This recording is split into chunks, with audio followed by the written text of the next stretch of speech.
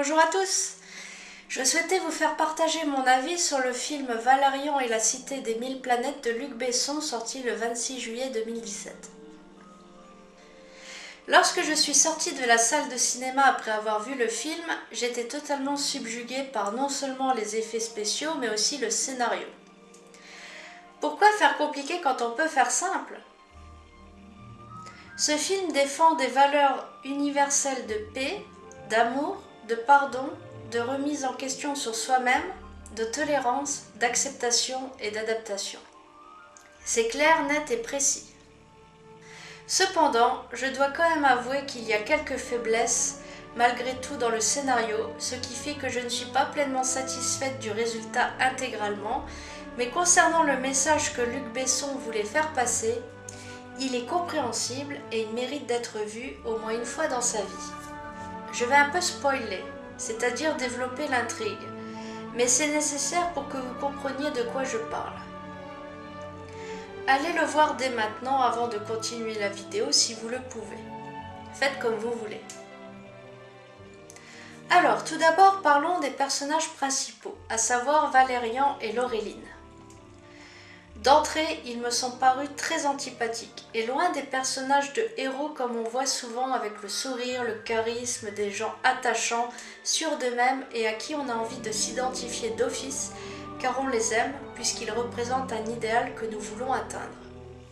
Luc Besson a insisté sur ce point et a même un peu forcé le trait, exprès pour nous faire comprendre que ce sont des humains qui ne pensent qu'à leur gueule, qui sont gentils avec ceux qui leur veulent du bien et méchants avec ceux qui leur veulent du mal. La mort de tous leurs coéquipiers qui les assistaient dans leur mission ne les émeut pas du tout, et tant que eux deux survivent, tout va bien dans leur petite bulle d'êtres humains égocentrés. D'ailleurs, au début, Laureline est beaucoup plus agacée par sa robe déchirée que par la mort des humains qui les ont protégés de la bestiole qui les attaquait. On comprend bien que ce ne sont pas à Laureline ni à Valérian que nous nous attacherons au fil du film, bien que ce soient des êtres humains. Mais une surprise les concernant nous attend à la fin du film toutefois, et c'est là tout le savoir-faire de Luc Besson. Alors, qui est intéressant dans ce film ? À qui pourrions-nous nous identifier pleinement ? Des extraterrestres principalement, à savoir en premier lieu les perles, c'est-à-dire les habitants de la planète Mule. Un paradis où la bienveillance et la bonté règnent en maître. Les perles sont pacifiques, souriants, bien dans leur peau, amis avec les transmuteurs, des petites bêtes adorables et d'une grande utilité sur leur planète. On a envie que leur bonheur perdure et de les rencontrer pour se sentir profondément humains en leur compagnie, car ils font ressortir le meilleur de chaque être. Malheureusement, leur monde s'effondre à cause d'une guerre qui ne les concerne rien du tout et certains d'entre eux survivent grâce à un vaisseau qui s'est écrasé sur leur planète. Bon, certes, première incohérence, le vaisseau aurait dû exploser aussi puisque leur planète est détruite. Mais si ça avait été le cas, la suite de l'histoire aurait dû être différente, comme par exemple nos deux héros qui cherchent à revenir en arrière pour annuler cette guerre et sauver le peuple qu'ils ne connaissaient aucunement. Trop compliqué, je vous l'avoue, à mettre en place. Et deuxième incohérence, concernant le transmuteur survivant. Je doute fortement qu'il ait survécu à l'explosion de la planète. Peut-être qu'avant qu'il y ait la guerre, un mercenaire est venu enlever l'un des transmuteurs pour le bénéfice qu'il représentait, à savoir la réplication des objets qu'il avale. Et de cet enlèvement mauvais à la base serait né le bien, car du coup, il aurait sauvé le dernier spécimen de la planète Mule. Luc Besson a souhaité garder le mystère concernant cette affaire, donc à vous de voir. Donc c'est un scénario simple, pour qu'il puisse être compris par les enfants et tous les adultes de la Terre. Les survivants du peuple Perle vont errer dans l'espace et s'adapter pour survivre dans leur nouvel environnement. Ils vont arriver à la cité des 1000 planètes par hasard et vont tout faire pour recréer leur environnement originel, toujours sans violence. Cependant, ils ont un ennemi qui veut leur nuire et les exterminer. Cet être vivant est un être humain, et pas un simple vagabond, non, c'est le commandeur, le chef des armées de la nation humaine. Un homme qui a fait le choix d'exterminer une planète entière pour gagner une guerre. Un homme qui a privilégié les intérêts économiques et politiques de la race humaine par rapport à des vies extraterrestres. Donc en gros, un homme qui privilégie ses besoins personnels à ceux des autres et qui n'a aucun scrupule à se comporter ainsi, car il pensait que c'était la seule manière de gagner sa foutue guerre. Vous savez le genre d'individu que si vous croisez, vous le tueriez ou fuiriez, tant il vous écœure par son comportement destructeur et malveillant. Bref, un gars irrécupérable. Eh ben les perles, ils vont le capturer. Comprendre que c'est lui le responsable de leur malheur, ils ne vont ni se venger, ni se méfier de lui, ni le torturer, ni le tuer, mais lui pardonner. Un acte que certains êtres humains ne sont pas encore capables à l'heure actuelle de réaliser pour certains événements qui leur sont arrivés à l'échelle mondiale en 2017, car notre nature humaine sur la Terre nous pousse à user de violence lorsque notre propre vie est menacée. Les êtres humains qui se sont comportés comme les perles sur Terre sont soit morts, soit adaptés à ce qu'attendait d'eux leur agresseur. Si tous les êtres humains se comportaient comme les perles, nous serions dans un monde de bisounours, où chacun aurait sa place sur Terre. Or, sur Terre, certains pensent que s'ils sont meilleurs que les autres, ils sont quelqu'un. En quoi le président d'une nation serait-il plus important qu'un habitant d'Éthiopie ? Le fait qu'il devienne président ne fait pas de lui un être parfait qui ne commet aucune erreur et qui mérite plus de protection qu'un habitant d'Éthiopie. Les deux sont totalement égaux face à la mort, mais ils ne sont pas égaux face à la vie, car le président vivra sûrement plus longtemps et en meilleure santé qu'un habitant d'Éthiopie. Ça me paraît difficile d'appliquer le comportement des perles à l'échelle mondiale humaine actuellement, car nous ne sommes pas tous prêts du tout à nous comporter ainsi. Mais il y a toutefois une chose importante et essentielle qui est dite. Et c'est là toute la beauté du film. Le chef des perles va balancer à cet homme immonde, le commandeur, la vérité concernant notre condition d'être vivant. Votre pire ennemi, c'est vous-même. Une vérité que je rejoins et défends depuis longtemps dans mes livres et mes vidéos YouTube. Et plus grandiose encore, Laureline est complètement fascinée par ce peuple et désire leur offrir leur transmuteur qui n'a pas sa place ailleurs qu'avec ce peuple d'une bonté et d'une bienveillance fantastique.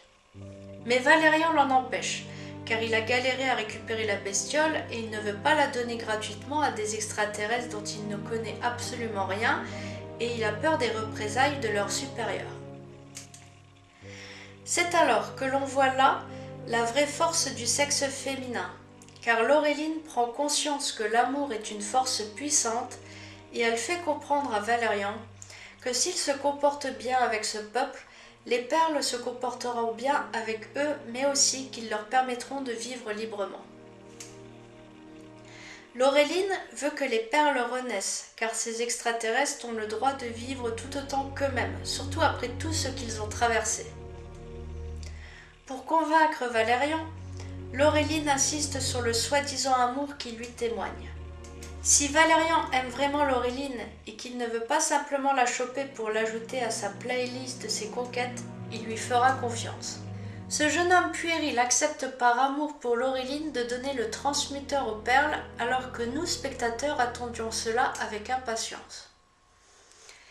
Les deux héros à ce stade du film ont gagné en maturité et surprennent les spectateurs. Ils deviennent bons, soudainement à nos yeux, et loyaux, et on peut enfin s'identifier à eux car nous aurions fait pareil qu'eux. Et bien entendu, le méchant reste une ordure jusqu'au bout et préférera tuer tout le monde que de reconnaître ses torts. Certains êtres humains se comportent encore comme ceci en 2017, et c'est pour cela que ce film est d'actualité. Alors bien sûr, s'ensuit un massacre où le chétif Valérian va dégommer pratiquement à lui seul les robots du commandeur, alors que les autres soldats ne servent quasiment à rien. Bon, soit, il est devenu un héros en changeant de comportement et en défendant des personnes qu'il ne connaît pas et à qui il n'est pas spécialement attaché. Donc il a la force en lui à présent pour exterminer le mal. C'est un peu réducteur, je l'avoue, mais c'est pour insister sur le fait qu'il est sur le bon chemin à présent et qu'il ne mérite aucunement de mourir, comme ça a failli être le cas lorsqu'il s'est retrouvé précédemment dans l'espace et qu'il a été rattrapé in extremis par l'intelligence artificielle Alex. Concernant ces fameux robots agressifs du commandeur, je ne comprends pas très bien non plus pourquoi ils sont comme ceci.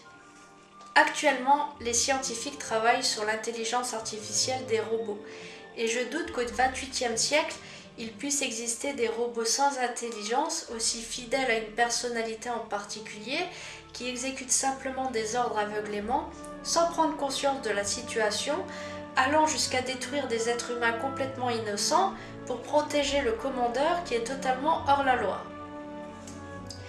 Imaginez si une sorte d'Hitler revenait au pouvoir et que ces robots exécutent ses ordres sans respecter les lois humaines. C'est la fin de l'humanité. Et en plus, le commandeur a réussi à corrompre l'intelligence artificielle de son vaisseau pour cacher son erreur. Et le ministre de la Défense dans tout ça? Que pense-t-il de tout ça? Était-il au courant? Condamne-t-il le comportement du commandeur ou est-il complice? On n'en sait rien du tout. Et n'oublions pas tout de même que c'est un personnage tertiaire, Neza, qui arrête la bombe qui menace de faire exploser les personnages principaux alors que Laureline, défoulée pendant ce temps-là, s'arrache sur le commandeur, qui curieusement n'avait aucune force physique contre elle, alors que c'est un homme militaire haut gradé quand même. Il ne s'agit en rien d'un lâche qui s'en prend aux plus faibles, mais d'un homme fort pourtant, à la tête de l'armée humaine, qui a pris une mauvaise décision concernant une guerre, et qui tente de cacher les preuves de son erreur à jamais, car il sait qu'il s'est mal comporté en agissant ainsi. Sinon, il n'aurait rien caché et affirmé au monde entier que exterminer une race extraterrestre pour le bien économique et politique de l'humanité n'est pas un problème. Il y a également le chiffre 81 très symbolique dans ce film. Laureline et Valérian voient la situation sous un angle qu'on leur a présenté. Les ennemis menaçants ont volé leur chef. Mais en inversant la perspective, donc sous le chiffre 18, la situation est totalement différente. Leur chef a commis une erreur et les perles veulent obtenir réparation. D'où l'importance de connaître les deux sons de cloche concernant une situation particulière avant d'intervenir, car sinon on se met en danger soi-même, comme Valérian s'est mis en danger en sautant dans le vide à la porte 81, aveuglément confiant qu'il était. Contrairement aux autres films prônant la victoire du bien sur le mal à tout jamais, ici le méchant est fait prisonnier et non tué. Cela lui laisse une chance de racheter ses erreurs.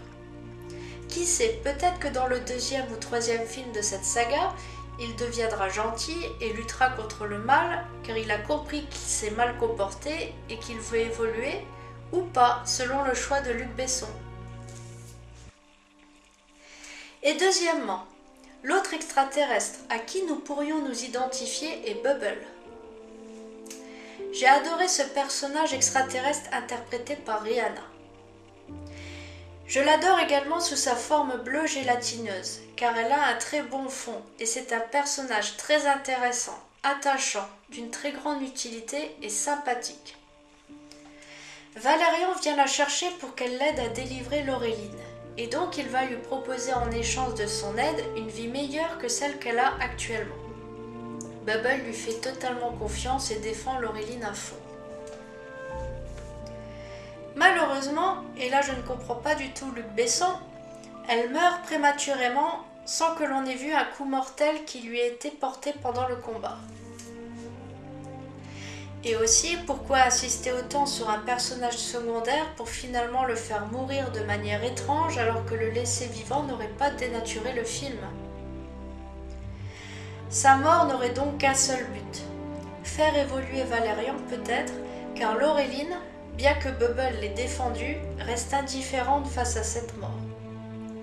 On sent presque d'ailleurs une pointe de jalousie de la part de Laureline du fait que Valérian s'intéresse à Bubble. Valérian est donc touché par la mort de Bubble. Il commence à comprendre qu'il y a des êtres autour de lui prêts à se sacrifier pour eux. Et en plus, il lui a fait une promesse qu'il n'a pas tenue. Il a tout pour plaire décidément ce jeune homme. Bubble est d'abord dans sa forme gélatineuse pour mourir, et elle révèle à Valérian que chacun doit montrer sa vraie personnalité dans la vie. Car quand on veut ressembler à tout le monde, on finit par ne ressembler à personne. Mais c'est aussi une rétrospective sur les personnes esclaves ou qui obéissent sous la contrainte à leurs supérieurs et qui doivent répondre aux besoins d'autrui sans prendre en compte leurs besoins personnels. Puis Bubble prend la forme de Rihanna pour dire à Valérian de prendre soin de Laureline, car pour elle, c'est un amour bien pauvre, celui que l'on peut calculer. Effectivement, aimer l'autre de manière inconditionnelle est beaucoup plus intéressant que de l'aimer parce qu'il a manifesté des preuves d'amour. Luc Besson la transforme ensuite en sable.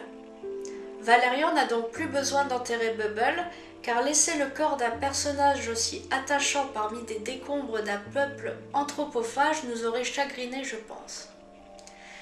Alors, au niveau des effets spéciaux, certes, au XXVIIIe siècle, il n'y aura probablement plus d'écrans en hologramme sur lesquels taper avec les doigts. Certains disent que tout se passera dans le cerveau ou bien l'œil. Comment adapter cela à l'écran ? Ça me paraît assez difficile. N'oubliez pas que c'est tiré d'une BD de 1975, donc soyez un peu compréhensifs avec les effets spéciaux. Luc Besson n'avait pas le droit de dénaturer complètement les effets spéciaux qui devaient respecter un minimum la bande dessinée. Les auteurs Pierre Christin et Jean-Claude Mézières de la BD Valérian, l'ambassadeur des ombres, avaient déjà une très grande imagination à l'époque. Et même si en 2017 à présent nous avons évolué dans nos têtes et nous pensons à une autre technologie pour communiquer, libre à vous de la faire connaître aux créateurs de films pour qu'ils s'en inspirent prochainement. Luc Besson en tout cas a mis le paquet sur les effets spéciaux et je trouve parfois hallucinant qu'il me faudra bien 1 heure en mettant l'image sur pause pour observer chaque détail minutieux créé pour certains plans. Bien entendu, il y a toujours l'éternel reproche que même si on le dit en langage extraterrestre, il ne sera pas retenu. Il n'y a pas de bruit dans l'espace. Quant aux extraterrestres, ils sont extraordinaires. Les costumes magnifiques et originaux, la musique superbe et l'apparition d'Alain Chabat, un clin d'œil au fait que ce soit un film français, je pense. Il était tout à fait prédisposé pour ce rôle certes court mais intense et d'une grande utilité dans le scénario. Le film est très soigné et très agréable à regarder avec des touches d'humour bien senties. On en a plein les yeux. Une chose importante, Luc Besson a privilégié une fois de plus des acteurs anglophones dans son film, alors que sa langue maternelle est le français. Il a fait preuve d'une tolérance et d'une ouverture d'esprit à l'égard du peuple humain pour atteindre le plus grand nombre, peut-être. Ou alors il a privilégié des acteurs anglophones pour éviter que les États-Unis fassent un remake comme ils ont coutume de le faire avec les films qui leur plaisent. Ou alors Luc Besson ne considère pas que les acteurs français actuels puissent être à la hauteur pour interpréter les personnages de ses films, peut-être. Point d'interrogation. Ce film s'adresse à toute l'humanité, pas que aux Français, pas que aux Anglais. Il défend des valeurs universelles de paix, d'amour, de bienveillance. Luc Besson l'a dédicacé à son père, qu'il aimait profondément, et probablement qui défendait ses valeurs. Ce film est simple pour être compris par le plus grand nombre, car tout le monde n'apprécie pas les films compliqués à mort. Luc Besson a fait passer à travers ce film Valérian et la Cité des 1000 planètes sa conception profonde des valeurs humaines, et cela pour les 7 milliards d'individus peuplant la Terre. Pour ma part, je fais mon maximum pour me rapprocher du comportement extraterrestre du peuple Perle, malgré ma condition d'humaine, car je crois en ces valeurs de paix, amour, bienveillance, et j'espère que ce film aura un impact positif sur l'évolution de la conscience humaine. Merci Luc Besson pour ce beau film, et continuez à réaliser d'aussi beaux films.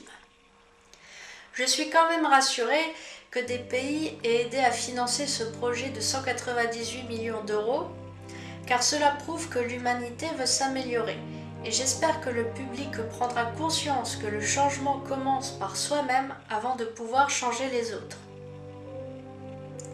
J'ai conscience que tout le monde ne parle pas français sur Terre et que mon message ne sera pas compris par tout le monde à cause de la barrière linguistique. Si vous le pouvez et le souhaitez, n'hésitez pas à traduire ma vidéo dans les langues que vous comprenez pour atteindre le plus grand nombre. Merci de m'avoir écouté. Si vous avez aimé cette vidéo, n'hésitez pas à la liker et abonnez-vous à ma chaîne pour recevoir les futures vidéos. Je vous dis à très bientôt, je vous fais un gros bisou, bye bye.